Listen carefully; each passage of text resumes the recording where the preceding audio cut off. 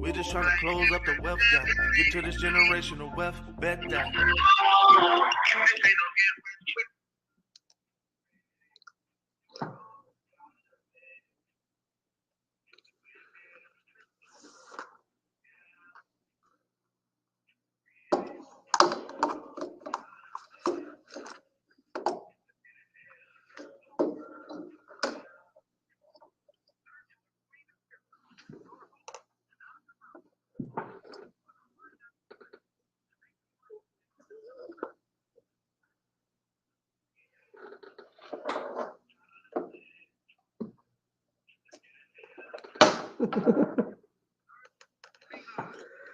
Good afternoon, everyone, and welcome to Ahead of the Crypto Curve, where we are creating Satoshi millionaires, one family at a time, one day at a time, one Bitcoin at a time, one Satoshi at a time. And ladies and gentlemen, that means you. I am your host, Najah Roberts, and it is my mission in life to lead my people out of financial slavery. I don't just do this show to change the way you think about money, but I do this show to change the way you look at money and everything else around you. Today is March 7th, 2023. And what an incredible day it is. I don't even know. I got so much information to share with you and so little time. But I tell you what, we're going to get some of the nuts and bolts out today. I want to first say happy birthday to two Cryptopians. We have Tracy Gray, whose birthday is today, and Angela Orer. I want to say happy birthday to both of you. I hope this day is filled with love, joy, peace, and happiness this day. And we are also in the middle of Women's History Month. And I would like to say Women's History Month to all of you women out there. But to those women that crypto, we're doing a different type of honoring this month. We're saying that we appreciate you and all that you do, being mothers, wives, all of the CEOs, bosses, all the things that you do. And so today we honor Catherine Wood, who is the CEO and Chief Investment Officer at ARK Investment. ARK focuses solely on disruptive innovation and offers investment solutions to investors seeking long-term growth in the public markets. As the Chief Investment Officer, CIO, and Portfolio Manager, Kathy led the development of ARK's philosophy and investment approach and has been a longtime advocate of Bitcoin and blockchain-based innovation.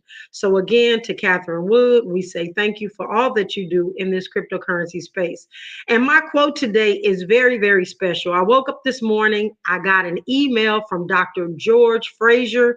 For those of you who know Dr. George Fraser, he has been on the road for decades trying to get the Black community, I shouldn't say trying, getting the Black community on the right financial trajectory as it relates to networking, wealth creation, and all of those things. And I read this email that he put out last night or this morning. I'm not sure when it was put out, but at the bottom or the end of this email, he summed it up in a point. And I really want to use that point today as my quote. And so I need everyone to listen in. And again, Dr. George Fraser has been at this for decades. And he is well loved, everyone just absolutely listens to everything he says. We all know that we're better with networking with each other, and that's what he's really taught us to do. He's brought a whole different mindset in. And he said at the end of this email, my point. He says, Bitcoin and blockchain was started in 2008. It is 14 years old. Bitcoin and blockchain ain't going away. Yes, crypto will be regulated. Why? The controlled banking system and financial market elites, they want their share. You too should want your share. Or you can keep doing what you've been doing and keep getting what you're getting. Find your safe way, formula, philosophy to get started.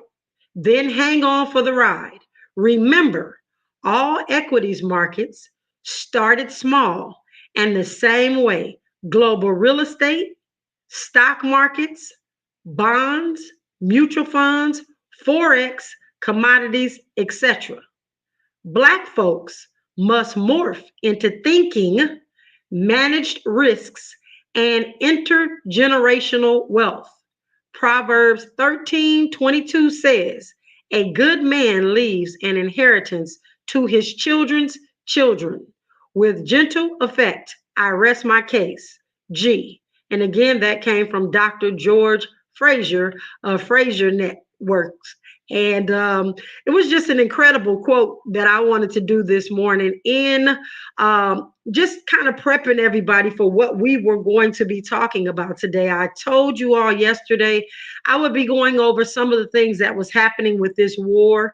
And again, we're looking at macro. And I know a lot of people are like, why are we always talking about macro?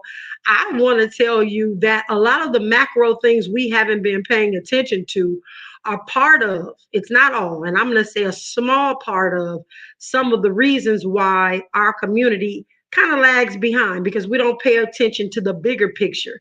And as I read these reports, ladies and gentlemen, that come out from our United States government and abroad, they even boil down to the weather. When they're doing jobs reports and things of that sort, they talk about the weather's been good, so people are getting out, they're getting jobs.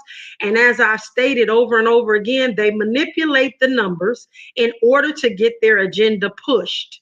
And so as we continue to look at the macro, and I'm not going to ever stop looking at the macro because it has helped me as a financial advisor, a past financial advisor, to really figure out what direction we need to be going and actually what is going to ultimately affect my family and my circle.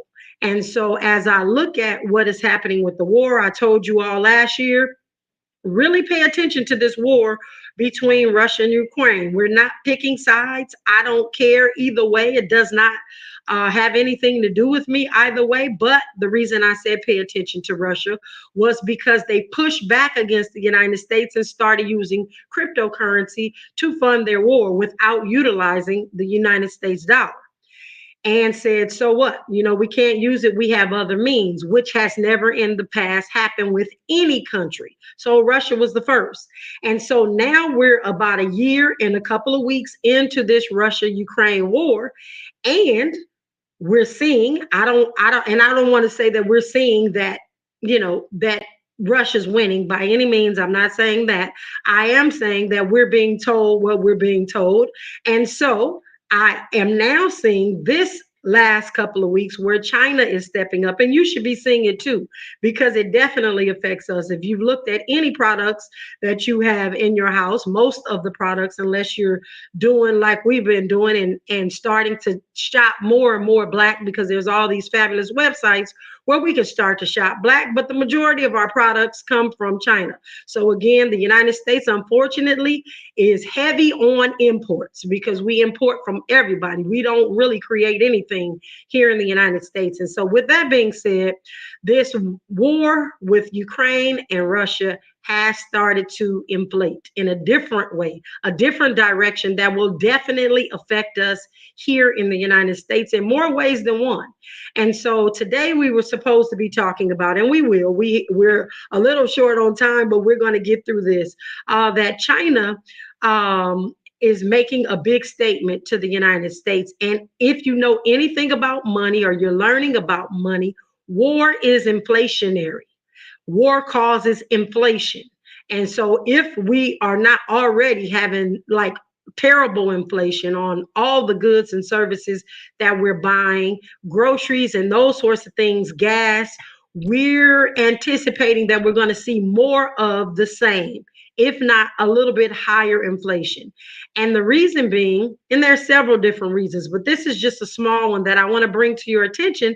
So as you're listening to the news, as you're watching, you can start to understand why all of these little small intricate things that we normally don't pay attention to are going to help us know which direction we need to go. And as always, I've been saying this for months now, try your very, very best to stay away from big purchases right now.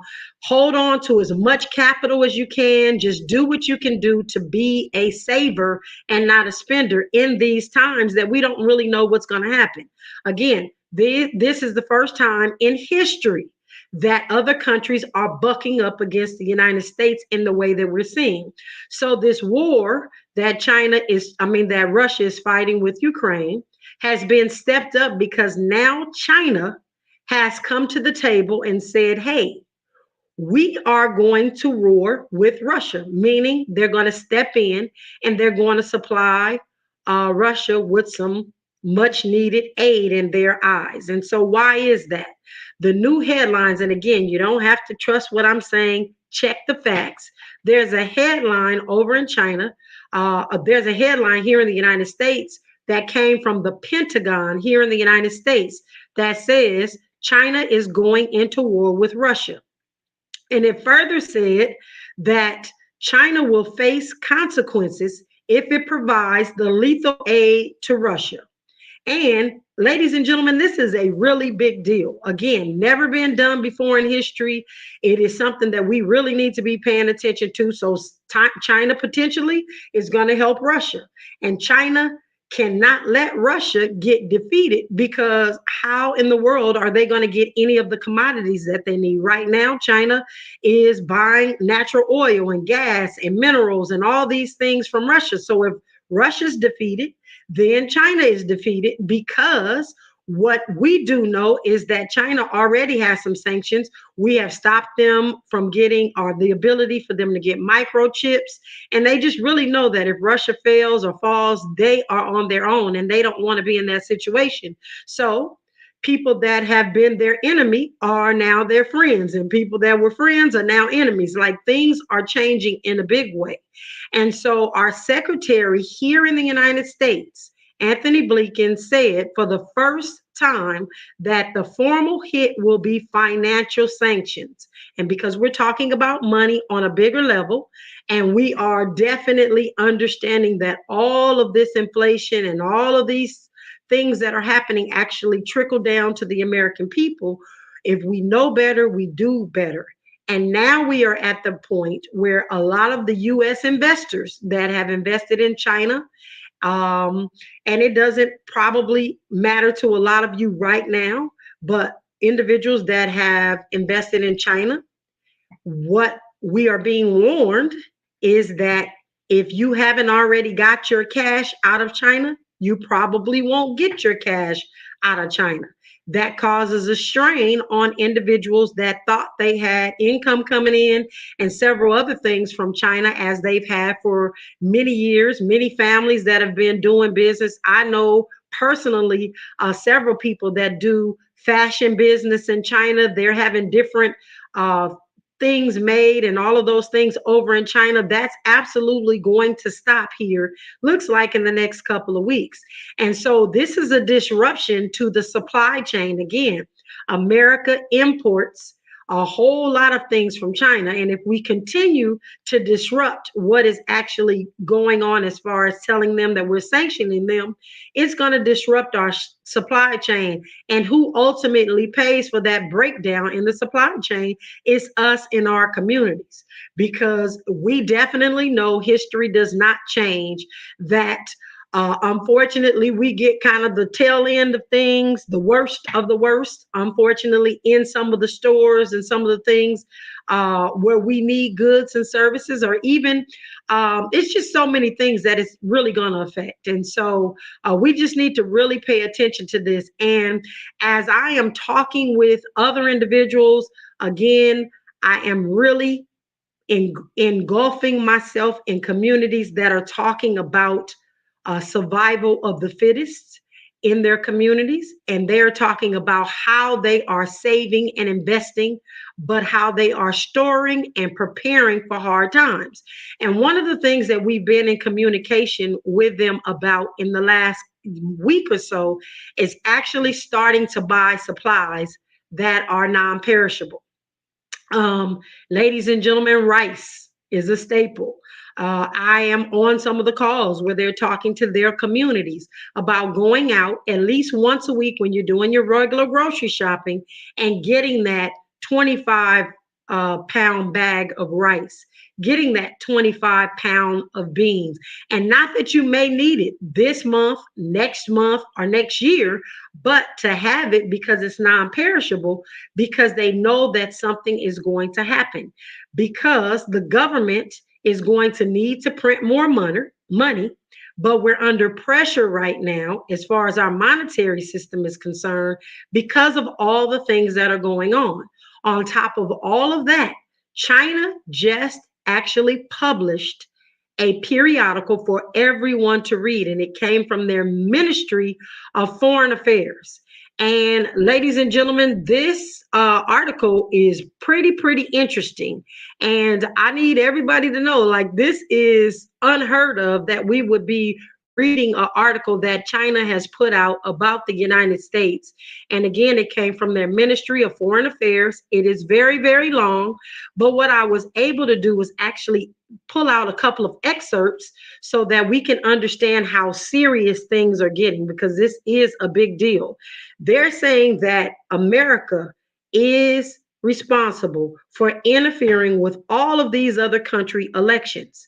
And what they're doing, in my opinion, is setting the tone so that all other countries will be saying, hey, you know what? That's right. They do interfere in our elections, therefore turning other countries against us. And again, if our American dollar is the world's currency, all of these things play into other countries actually continuing to allow the United States dollar to be of value and things of that sort. And you'll understand in a second why I'm saying that.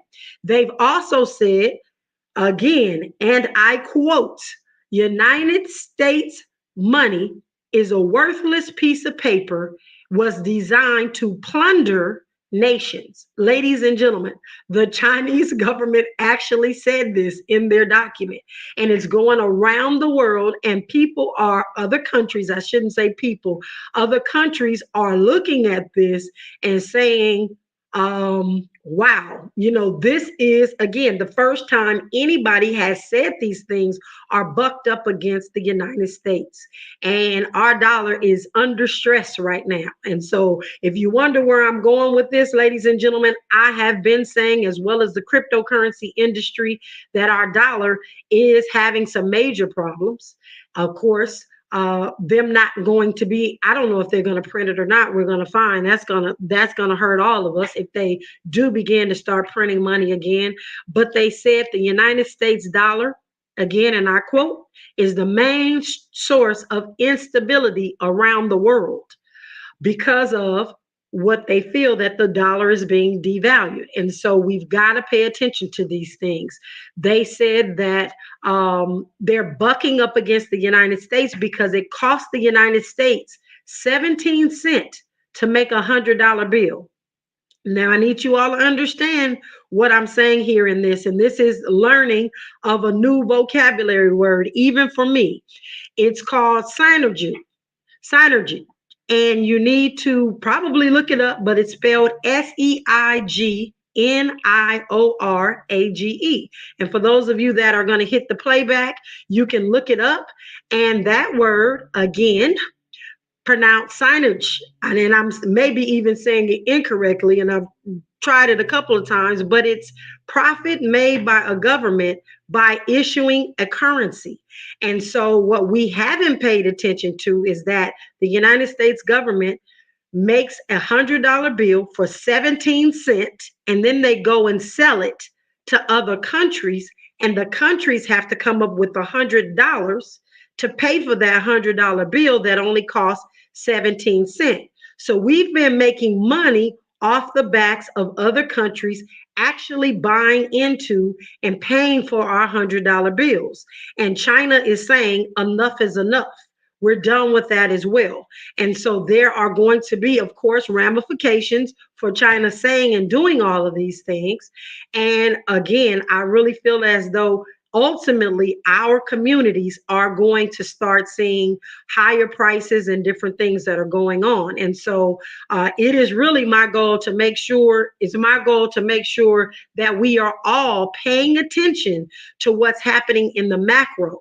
so that you understand what you may need to be doing in your household specifically to make sure that your investments are safe and that you're going in the right direction.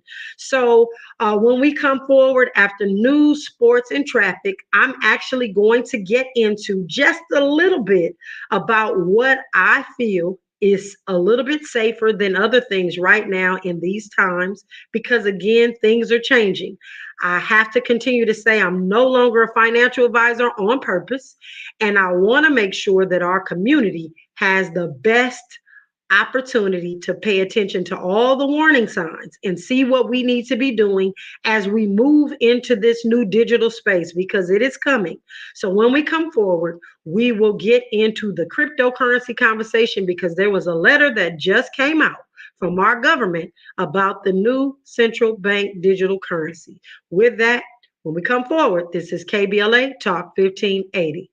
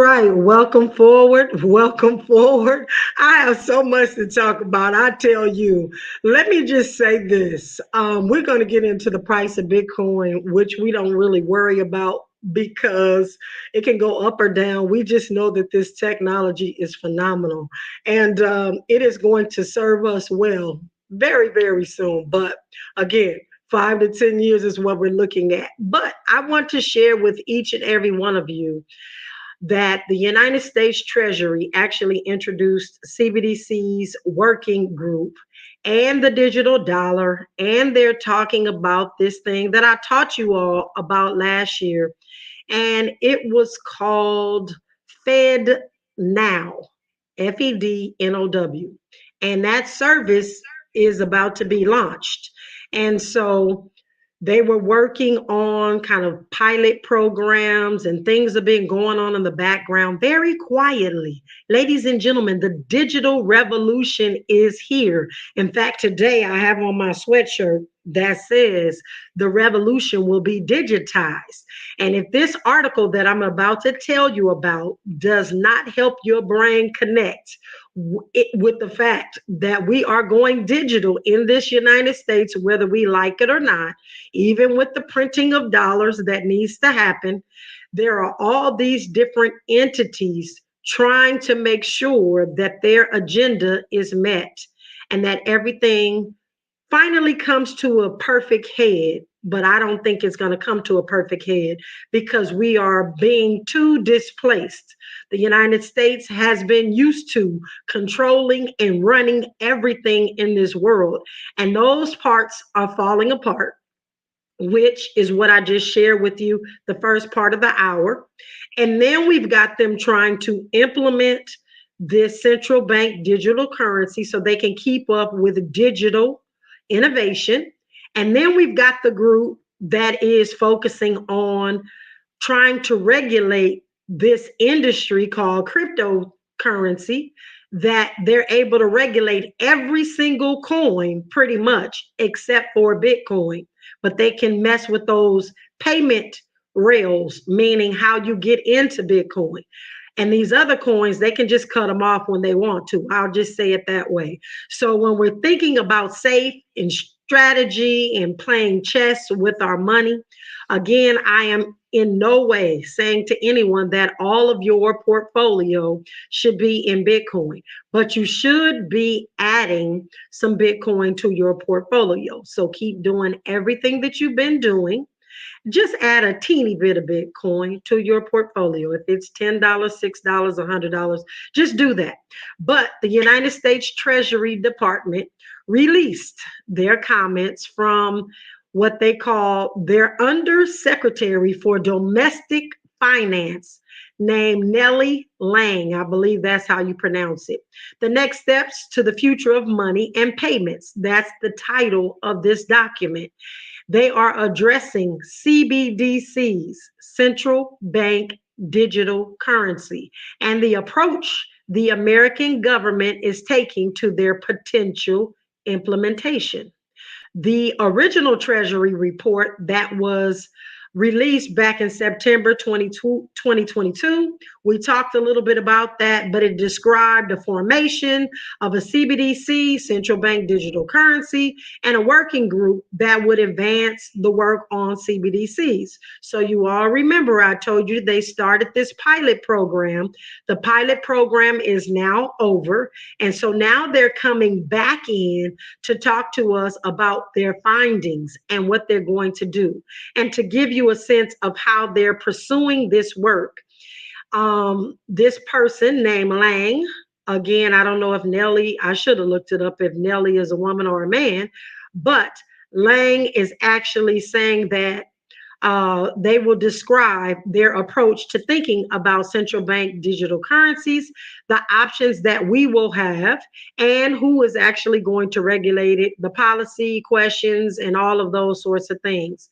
And so the highlights from this description include a look at the potential forms that the central bank digital currency could actually take, the potential for a separate retail and wholesale central bank digital currency, and the possible core features of this central bank digital currency. So, in my eyes, what I think is going to happen, or what I feel is going to happen, is we're going to have to eventually, and I don't know, next year, 5 years, 10 years, but we will eventually have to turn in those paper dollars that we have for the new central bank digital currency. All stores will only accept central bank digital currencies as opposed to the US dollar, because they're going to have to swap it out. That's the potential. That's what I see.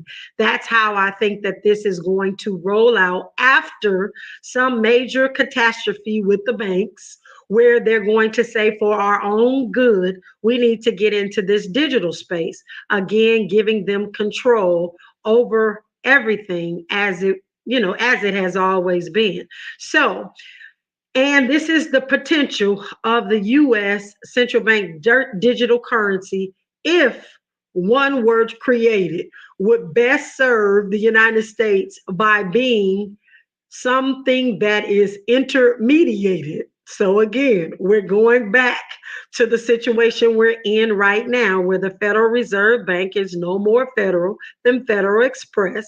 It's a private entity. And all they're saying with this central bank digital currency is the United States might be able to issue it, but it would be better if they allowed it to be distributed by the private sector.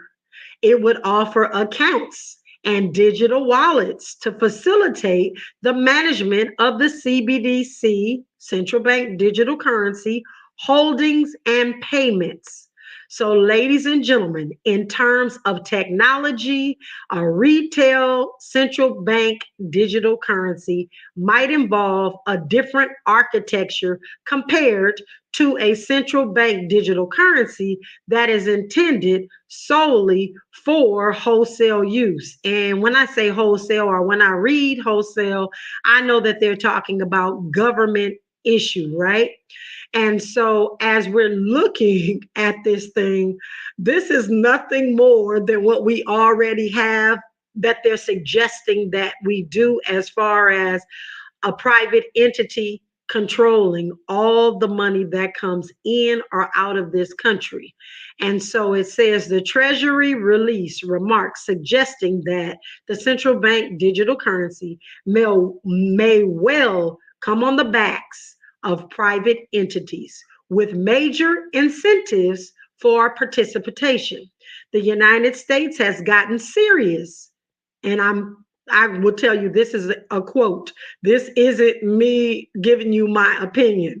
The United States has gotten serious in regards to its consideration of a central bank digital currency. And all this just as legislation has been introduced by Republican lawmakers that would prohibit the Federal Reserve from issuing a CBDC directly to anyone.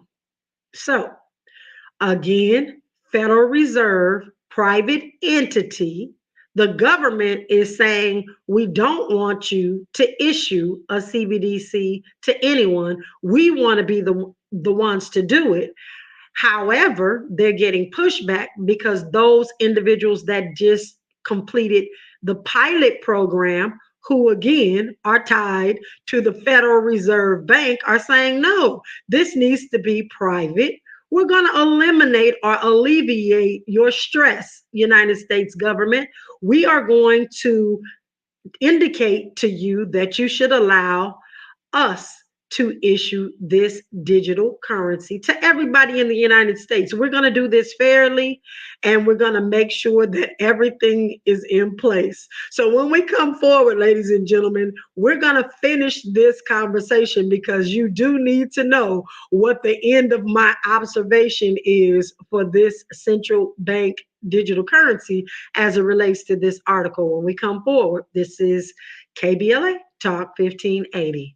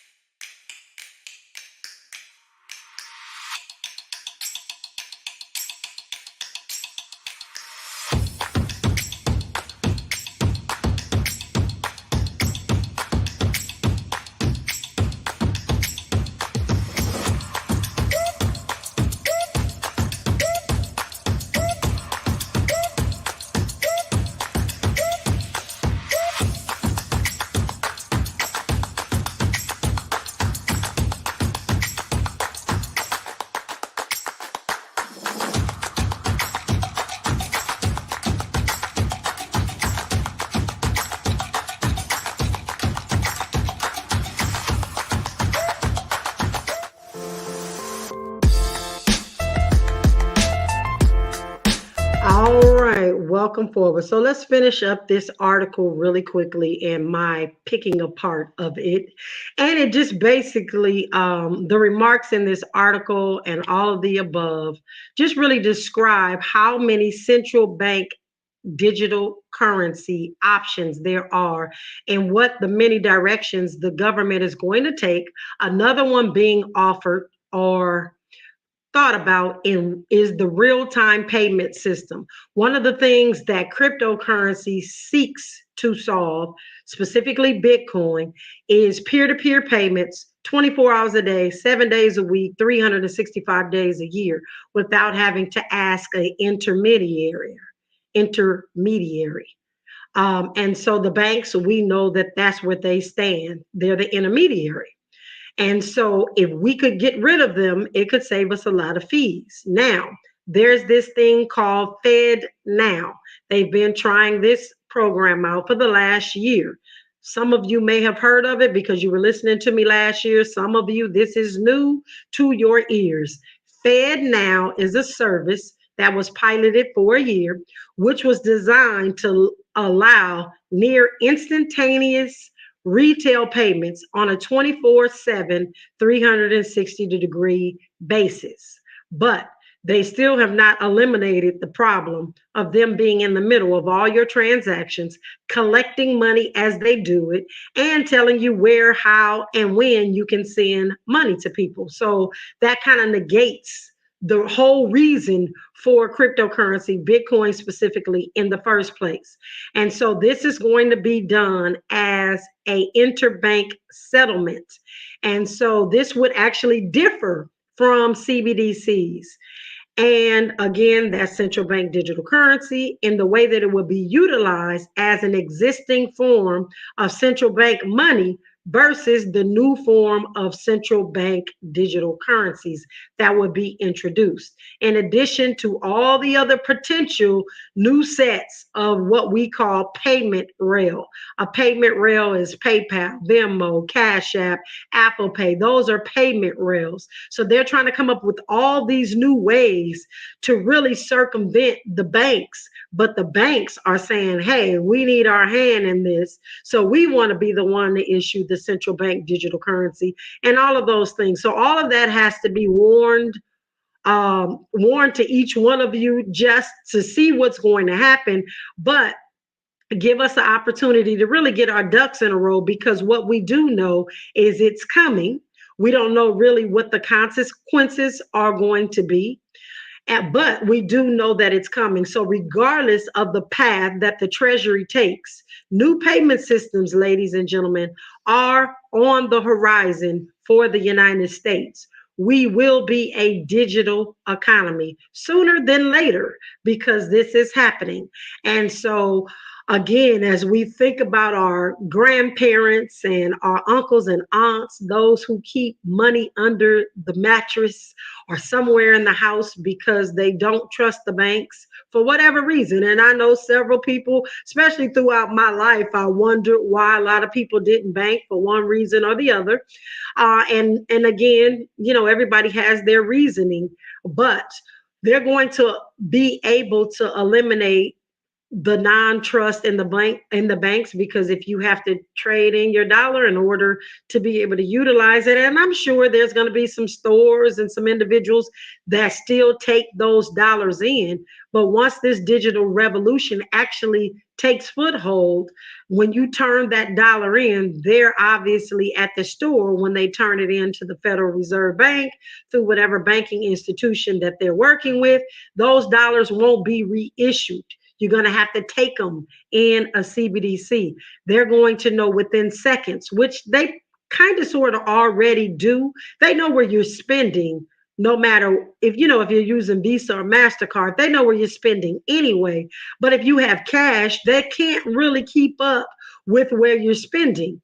And so that is an issue that they need to solve to help really keep inflation under control, keep us under control. He who holds the money, he who controls the money, controls the people. Just keep that in your mind. And so when I control my money, when I am my own bank, that makes me in control. Not all the way, because we know they're always going to have a whole hand in our business, but it makes us feel a little bit better about the fact that we control the monies that we have that are invested in the decentralized platform called Bitcoin. So, ladies and gentlemen, I hope that brought you full circle today. I know you may have some questions and some comments, and I would love to get that. If you'd like to send me an email or a text message, please feel free to do so. If you have anything that you want me to dig a little deeper in, you want me to explain, if you need that new vocabulary word that we are all going to learn, because I had no idea that it was a real thing, that, the government was making the $100 bill for 17 cents and selling it to the other governments for $100. I kind of knew that, but I didn't really understand until I kind of broke this document down that China was pushing out or has pushed out. And for those of you that are asking the question, that periodical that you need to read came from the Ministry of Foreign Affairs of the People's Republic of China. So you can Google that. You can read it for yourself. Again, the document is long, and I really seek to make sure that we really all understand what is going on in the macro and how it's going to affect us eventually. So it gives us some time to think, some time to really figure out our strategy, as Dr. George Fraser stated in his quote that I read at the beginning of the show. Really, ladies and gentlemen, it is our time to morph our thinking about managed risks. We can manage our risks if we know what's coming ahead. And as I've stated many times, some of us are going to be or have to be less selfish, if that's what you want to do. If you want to be selfish, it's fine. I get it. I can't tell you how to run your finances, but some of us are going to have to think seriously about how we leave a legacy for our children's children's children, because it is going to be needed. Absolutely needed. If we think we're in a bad situation, I think about the song that says, if you think you're lonely now, wait until tonight. Where if you think we are going through some perilous times where people are breaking into cars and robbing people and doing all of these things, wait until tonight, because it's only going to get worse, because prices are going up and our government is in a catch-22 right now, and they've never been in this situation before. So we can't even look at history to see what is going to happen with our finances here in the United States and how they're going to react to the things that they're being faced with, because we will not be getting imported goods if China is in bed with Russia with this war. Things are going to start to tighten up, and it's going to look kind of sort of like it did at the end of COVID, when they were telling us, oh, you can't get that good because it's off the coast of San Pedro on one of the barges, because we don't have enough staff to bring those things in. Well, there won't even be any goods outside of San Pedro sitting on the barges to wait to get on the deck, because nothing's going to be coming from China. So, ladies and gentlemen, we got a lot to talk about. We've got a lot to think about, and we've got a lot of strategic planning to do in a safe way with a good formula and philosophy. When we come forward, ladies and gentlemen, we will do our daily dollar cost average. I told you I was out of time today. With that, when we come forward, this is KBLA Talk 1580.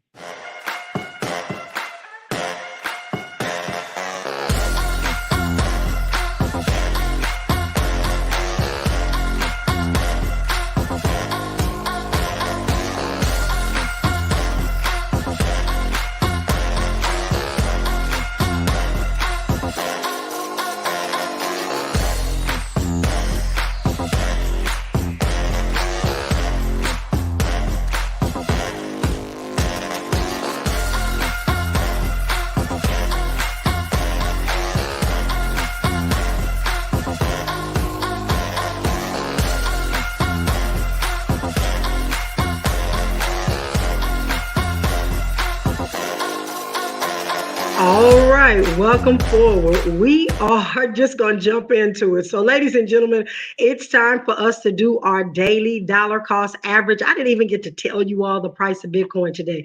Today, right now, Bitcoin is trading at $22,083. It's all red all across, and we are excited, just like we are when something is on sale at the store. We're going to run out and get some. So, I'm going to run out and get some Satoshis. So, Bitcoin is down in the last hour, 0.03%. In the last 24 hours, 1.49%. In the last 7 days, 4.57%. Ethereum, on the other hand, is trading at $1,500 and 1551. It is up in the last hour, 0.13%. And in the last 24 hours, it's down 9.9%. 0.94%. And in the last 7 days, it's down 3.3%. And so as we do that, we are going to do our daily dollar cost average of $6 whole dollars of Bitcoin on our Black Wall Street wallet. And so if you take out your wallet on your cell phone, which hopefully you've already downloaded the Black Wall Street wallet. If you haven't, you can go into your app store or your Android store and download it. And you click on the Black Wall Street wallet and you click on the purple circle in the middle with the two white arrows going each direction. You click on buy asset. Once you click on buy asset, you click $6. And we're going to do this one time. Again, you can set it up and forget it. Or you can just do this with me every day. A dollar cost average, a DCA a day, keeps poverty away, in my opinion, for my household. Again, not financial advice. And I'm going to click on my wallet that says KBLA, Talk 1580. And I'm going to put that $6 worth of Satoshis in there. And voila, I have purchased $6 worth of Satoshis today. And so, ladies and gentlemen, we are making way for the D.L. Hughley Show. And I want to thank each and every one of you for rocking with me today on Ahead of the Crypto Curve. I'm your host, Najah Roberts, and we are creating Satoshi millionaires. One family at a time, one day at a time, one Bitcoin at a time, one Satoshi at a time. And ladies and gentlemen, that means you. You're listening to Najah Roberts on Ahead of the Crypto Curve. Please follow her on all social media platforms at Najah Roberts. No underscores, no dots, no numbers, just Najah Roberts. Let's close the wealth gap. It's our turn. This is KBLA Talk 1580. Learn or get left behind. Create your own economy. Let's get ahead of the crypto curve.